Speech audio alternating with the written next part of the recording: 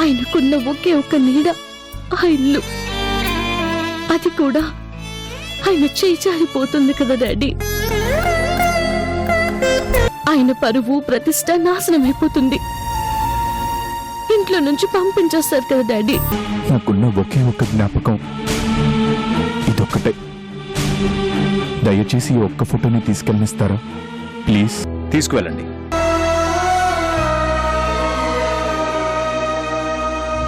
రాజేడండి. ఇందాకనే వెళ్ళిపోయారు.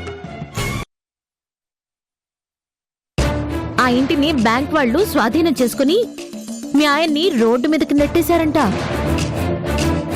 విన్నాను. ఇప్పుడే ఫోన్ వచ్చింది. అంతే అమృత, కలకంటి కంట కన్నీరు ఒలికితే ఏం జరుగుతుందో పద్యంలో చెప్పారు. ఇదిగో ఇక్కడ ప్రాక్టికల్ గా జరుగుతోంది.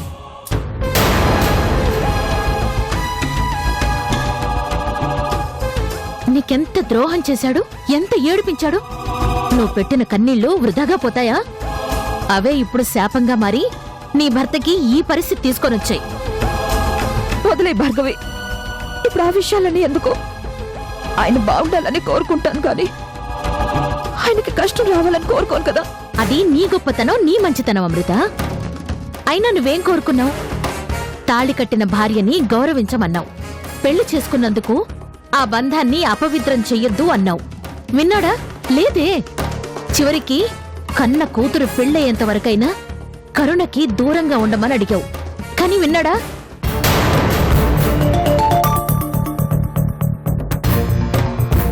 నువ్వు చెప్తే ఎందుకు వింటాడు అమృత? వినడు. ఎందుకంటే చేతిలో డబ్బుంది, సమాజంలో పేరు ప్రతిష్టలు ఉన్నాయి. నన్నెవరు అడుగుతారు అనే అహం. అందుకే దేవుడు చావు దెబ్బ కొట్టాడు. ఇల్లు వాకిలి పోగొట్టుకున్న మనిషి మళ్లీ తిరిగి నీ ఇంటికే వెతుక్కుంటూ వస్తాడు. ఆ వచ్చిన మనిషిని కన్నీళ్లతో స్వాగతం పలికి లోపలికి పిలువకు. అవకాశం దొరికింది కదా అని ఇక్కడే తిష్టవేస్తాడు. నీ కష్టార్జితాన్ని తింటూ మళ్ళీ ఆ కరుణతో కులుకుతాడు. ఇంతకాలం నీ భర్తతో రాసుకుని పోసుకుని తిరిగిన ఆ కరుణ ఇప్పుడు అతన్ని చేరదీస్తుందేమో చూడు. చచ్చినా చేరదీయదు.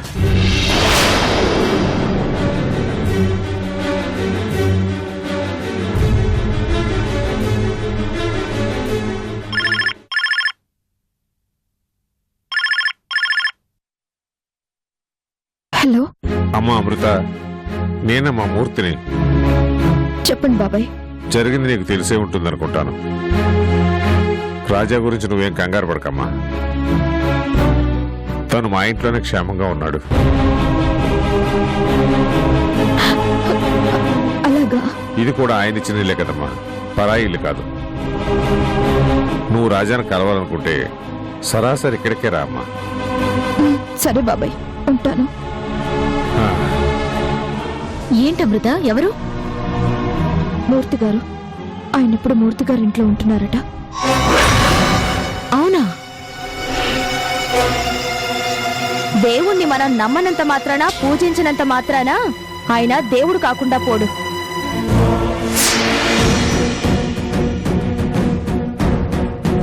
ఆయన విలువ మనకు తెలీదంతే. మా డాడీ కూడా దేవుడు.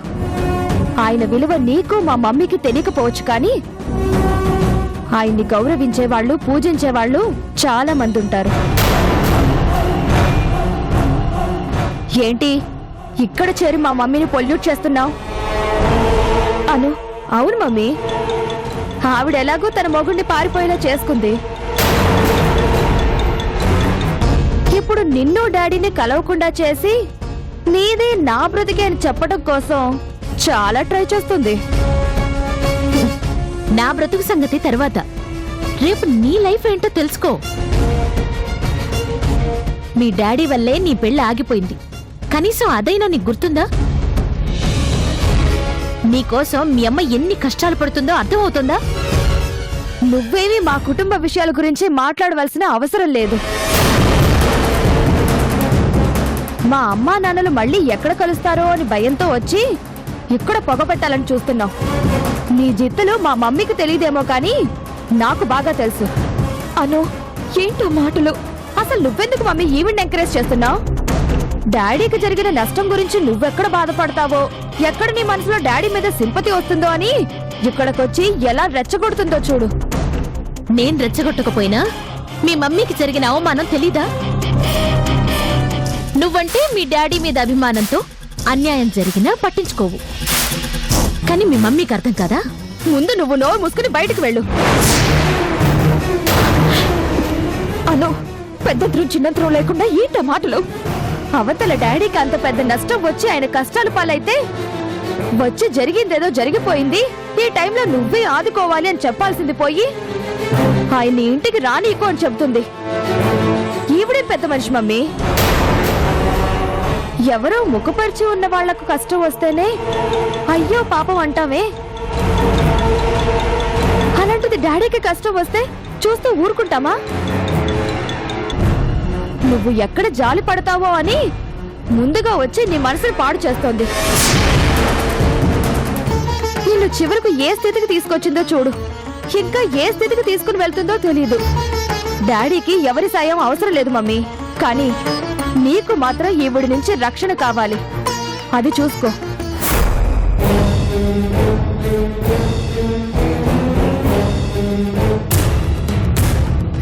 అమృత, అను చిన్నపిల్ల, దాని మాటలు పట్టించుకోకు. నీకు జరిగిన ద్రోహానికి మీ ఆయన ఎన్ని నరకాలు పడతాడో చూస్తూ ఉండు. నీకేమన్నా అవసరమైతే నాకు ఫోన్ చెయ్యి, వెళ్ళొస్తాను.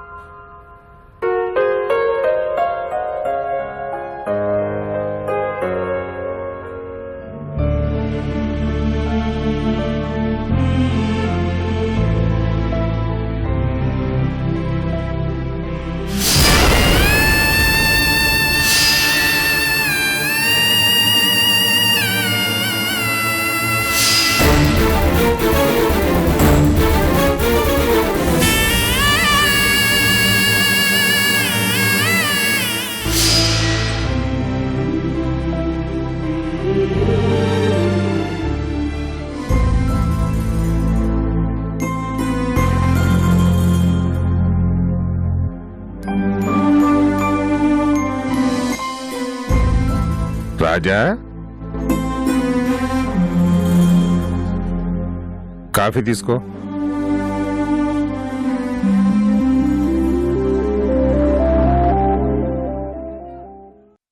ఏంటి రాజా, ఇంకా జరిగిన దాని గురించి ఆలోచిస్తూ బాధపడుతున్నావా?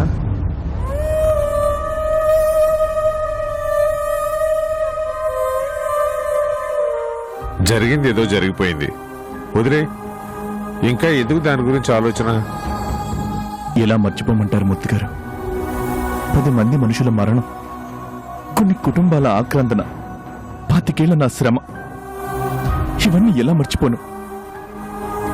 ఒక్క సంఘటన, ఒకే ఒక్క సంఘటన నా జీవితం మొత్తాన్ని తలక్రిందులు చేసింది. నువ్వెవరికీ అన్యాయం చేయలేదు కదా రాజా. ఆ కుటుంబాలు కూడా డబ్బులు ఆదుకున్నావు, ఉన్నదంతా ధారపోసి న్యాయం చేశావు. ఏ మనిషి అయినా ఇంతకన్నా ఏం చేస్తాడు?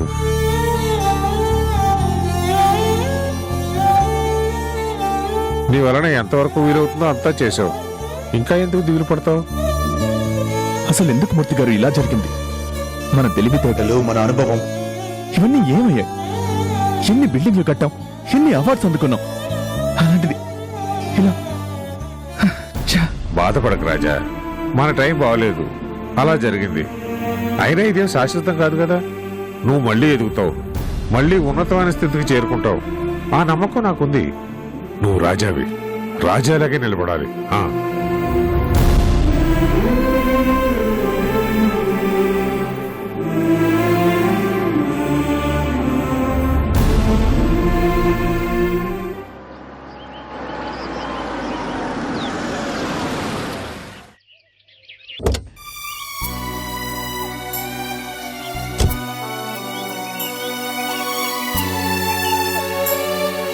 రాజా,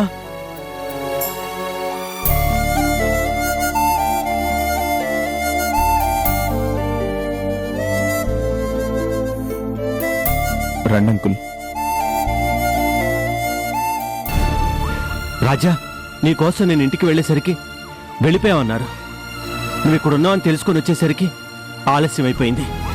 పద వెళ్దాం. ఎక్కడికి అంకుల్? ఎక్కడికేంటి రాజా, మన ఇంటికి. వద్దులేండి అంకుల్, నేను ఇక్కడే ఉంటాను. అదేంటి రాజా, ఇక్కడ ఉండడం ఏంటి? మన ఇల్లు ఉండగా నువ్వు ఇక్కడ ఉండవు ఎందుకు? పద వెళ్దాం. లేదంకుల్, ఐఎమ్ సారీ. నేను ఎక్కడికి రాలేను. ఎందుకు రాజా? అన్నీ పోగొట్టుకున్న వాడిని నేను ఎక్కడుంటే ఏంటంకుల్? ఏం పోగొట్టుకున్నావు రాజా? అన్నీ పోవడం అంటే మేం కూడా లేకుండా పోయావనా? నువ్వేం పోగొట్టుకోలేదు. నువ్వు నా అల్లుడివి కాదా? నా ఆస్తి నీ ఆస్తి కాదా? అన్నీ పోగొట్టుకున్నావని బాధపడ్డం ఏంటి? తప్పు రాజా, ఇంకెప్పుడు అలా మాట్లాడుకో. అయినా ప్రత్యేకించి నిన్ను ఇంటికి రమ్మని నేను పిలవాలా? అది నీ ఇల్లు కాదా? నాకు కొడుకువైనా అల్లుడివైనా నువ్వే కదా. అది నీ ఆస్తి, నీ ఇల్లు. నువ్వు నేరుగా అక్కడికే రావాలి కదా. అంకుల్, నేను జీవితం మొదలుపెట్టేసరికి నా చేతులు చిల్లిగవ్వలేదు. నేను చందు మెళ్ళలో తాళి కట్టింది కూడా తన ఆస్తి కోసం కాదు. ఆస్తి కోసం ఇప్పుడు ఎవరన్నారు రాజా? రేపు లోకం అంటుంది అంకుల్. ఓడిపోయిన మనిషిని చూసి ఎగతాళి చేయడానికి లోకం ఎప్పుడూ సిద్ధంగానే ఉంటుంది. ఉన్నదంతా పోగొట్టుకొని భార్య ఆస్తితో బ్రతుకుతున్నాడు రాజా అనే మాట నేను పడాలా అంకుల్? ఏంటి రాజా, నువ్వేనలా మాట్లాడుతుంది?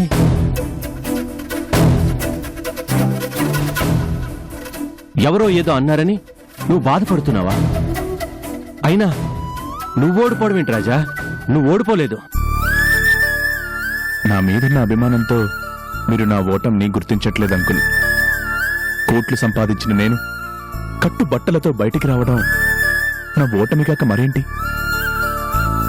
నా వల్ల కొన్ని కుటుంబాలు మనుషుల్ని పోగొట్టుకున్నాయి అంటే ఓటమి కాక మరేంటి అంకుల్? అది అనుకోకుండా జరిగింది. అంత మాత్రానికే ఓడిపోవడం ఏంటి రాజా? సూర్యునికి మబ్బులు అడ్డొచ్చినంత మాత్రాన సూర్యుడు ఆగిపోయినట్లా, ఓడిపోయినట్లా? నువ్వు చాలా బాధలో ఉండి అలా మాట్లాడుతున్నావు. అక్కడ నేను చందు నీకోసం ఎదురు చూస్తున్నావు రాజా. పద. నన్ను క్షమించండి అంకుల్. నేను మళ్లీ పోరాటం మొదలు పెట్టాలి అని అనుకుంటున్నాను. ఎక్కడ నా చరిత్ర మంట కలిసిపోయిందో మళ్లీ అక్కడి నుంచే నా మొదటి అడుగు పడాలి. నేను పోగొట్టుకున్న ప్రతిదీ నేను తిరిగి సాధించాలి. అది అక్కడి నుంచి కూడా సాధించొచ్చు కదా. ఈ కష్టకాలంలో నువ్వు ఒంటరిగా ఉంటే నేను ఎలా తట్టుకోగలను చెప్పు? లేదంకుల్, నేను అక్కడికొస్తే నా పోరాటం ఆగిపోతుంది. మిమ్మల్ని చందుని చూసుకుని నా మైండ్ రిలాక్స్ అయిపోతుంది. నా కడుపు మండుతూ ఉండాలి, నా మనసు రగిలిపోతూ ఉండాలి. నేను పోగొట్టుకున్న నా స్థానం నన్ను ప్రతిక్షణం వెక్కిరిస్తూ ఉండాలి. అలా జరగాలి అంటే నేను మీ దగ్గరికి రాకూడదు. నాకు మీరిచ్చే ఆదరణ ఉండకూడదు. ఏంటి రాజా, ఏంటి నీ పిచ్చి ఆలోచన? నువ్వు నీ ఆశయం గురించి ఆలోచిస్తున్నావు కానీ నా గురించి, చందు గురించి ఆలోచించడం లేదు. నువ్వు పరాయి మనిషిని ఇలా దూరంగా ఉంటే మాకెలా ఉంటుంది? అంకుల్, నా బాధ ఎవరు అర్థం చేసుకోకపోయినా పర్లేదు, మీరైనా అర్థం చేసుకోరా?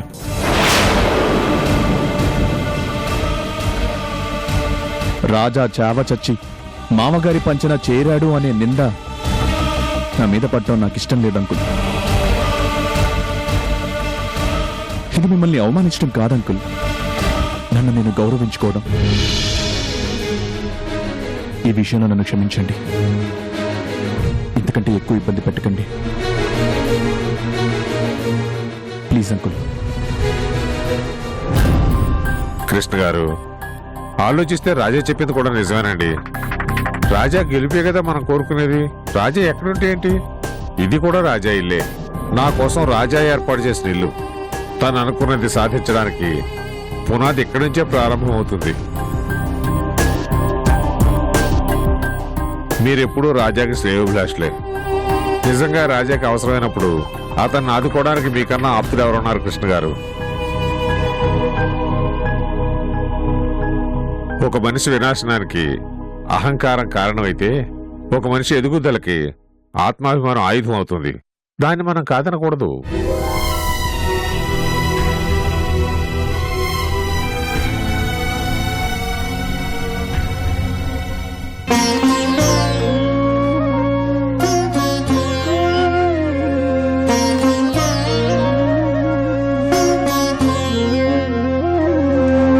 సరే, నీ ఇష్టం రాజా.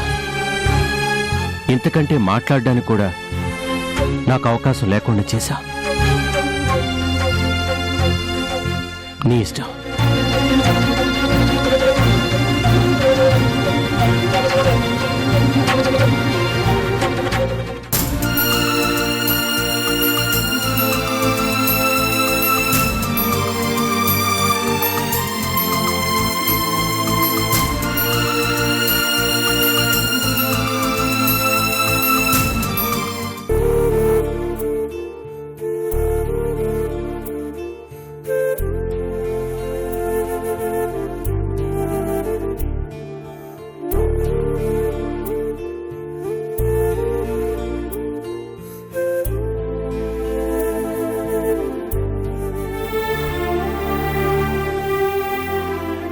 రే చిన్నా, రే చిన్నా.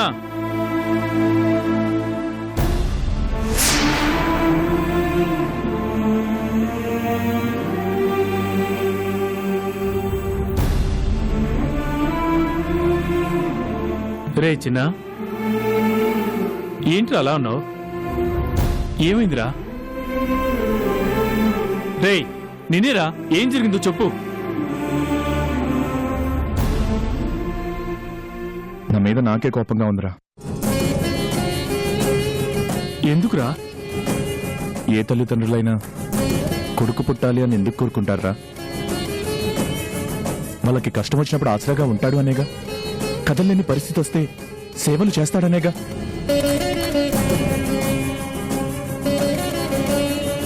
కానీ ఇప్పుడు మా నాన్నకి నేనేం చేస్తున్నానురా?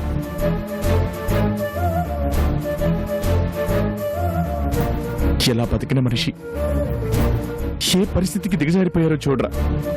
కోట్లకు పడగలెత్తి చివరికి అతి దయనీయమైన జీవితాన్ని అనుభవిస్తున్నారు. అలాంటి మా నాన్నగారికి ఈ టైంలో నేను కొడుగ్గా ఏమీ చేయలేకపోతున్నానే. అందుకే నా మీద నాకే అసహ్యంగా ఉంది. దానికి నువ్వేం చేస్తావురా? అదేరా నా బాధంతా కూడా. నేను ఏమీ చేయలేకపోతున్నానని. పోగొట్టుకున్న ఆయన సామ్రాజ్యాన్ని తిరిగి తెచ్చివ్వలేను. పోగొట్టుకున్న పరువు మర్యాదల్ని తీసుకురాలేను. ఎలా చూసుకున్నా కొడుగ్గా ఏ బాధ్యతని నిర్వర్తించలేని పరిస్థితి రానాది. ఆయన పోగొట్టుకున్న కోట్లు సంపాదించలేవు గాని మీ నాన్నని తెచ్చి నీ దగ్గర పెట్టుకోవచ్చు కదరా. ఆయనకు మనం ఏ కష్టం రాకుండా చూసుకోగలం కదా. నాకు ఆశ ఉందిరా, మా నాన్నగారిని తీసుకొచ్చి చక్కగా చూసుకోవాలని. నా మనసులో మాత్రం లేదనుకుంటున్నావా? ఉంది. కానీ నేను కొడుగ్గా ఆయన ముందు బయటపడలేను, వాళ్ళు బయటపడలేరు. కొడుకు లాంటి వాణ్ణి అని వాళ్ళు, అమ్మా నాన్నలాంటి వాళ్ళు అని నేను. మా చుట్టూ గీతలు గీసుకొని అందులోనే బ్రతుకుతున్నానురా. ఇప్పుడు నేను వెళ్ళి నా దగ్గరికి రండి అని అడిగితే ఆయన ఎలా వస్తారు? ఆయన ఆత్మాభిమానం అందుకు ఒప్పుకుంటుందా?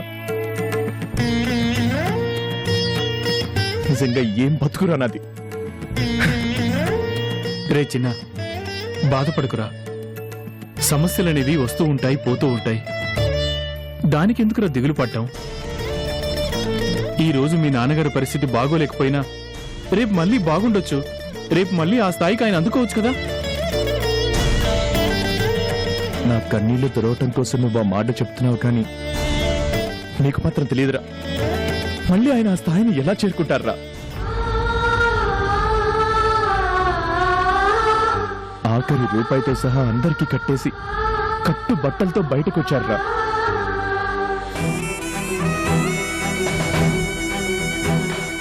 సమస్యలు అప్పుడప్పుడు వచ్చిపోవడం సహజంరా, కానీ సమస్యలన్నీ ఎప్పుడూ మా మీదే కట్టుకుని దాడి చేస్తున్న దాన్ని ఏమనాలరా? మా తలరాత అనుకోవాలా లేక మా దురదృష్టం అనుకోవాలా? నిజంగా మేము ఎంత దురదృష్టవంతులమే అంటే మా నాన్నగారు నేను శత్రువుల్లా పరిచయం అయ్యాం. ఆయన నన్ను ఒక రౌడీలా చూశారు. నేను ఆ భార్గవి దగ్గర చేరి మా నాన్నగారినే చొక్కా పట్టుకుని కొట్టడానికి వెళ్ళానురా. నా కన్న తల్లినే అనుమానించాను, అవమానించాను. అవన్నీ నీకు తెలియక చేసినవిరా. కానీ ఇప్పుడు తెలిసాక అవన్నీ గుర్తొస్తుంటే నా మనసంతా మెలిపెట్టేస్తుందిరా పండు. ఎందుకురా మా జీవితాలు ఎలా తయారయ్యాయి? మా నాన్నగారు ఏ స్థాయి నుంచి ఏ స్థాయికి ఎదిగారో నీకు తెలుసా? తనొక్కళ్లే కష్టపడి ఒక్కొక్క మెట్టు ఎక్కుతూ ఎదిగారు, ఇప్పుడు పడిపోయారు. ఇలాంటి సమయంలో ఆయనకి భుజం అందించాల్సిన నేను ఇక్కడ ఈ గ్యారేజ్ లో ఈ బండ్లు రిపేర్ చేసుకుంటూ బతుకుతున్నాను. ఛీ! మా నాన్నగారికి 3 పూట్ల అన్నం పెట్టగలను కానీ ఆయన కష్టాన్ని తీర్చలేను కదరా. అంతా బాగుంది. నేను ప్రయోజకుడినైన కొడుగ్గా పెరుగుంటే ఈ సమయంలో మా నాన్నగారు నన్ను చూసి ఎంత ధైర్యంగా ఉండేవారు.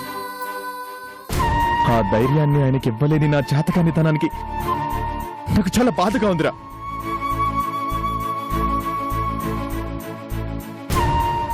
కనీసం ఈ పరిస్థితుల్లో మా నాన్నగారి దగ్గరికి వెళ్ళడానికి కూడా నాకు మనసు రావట్లేదురా.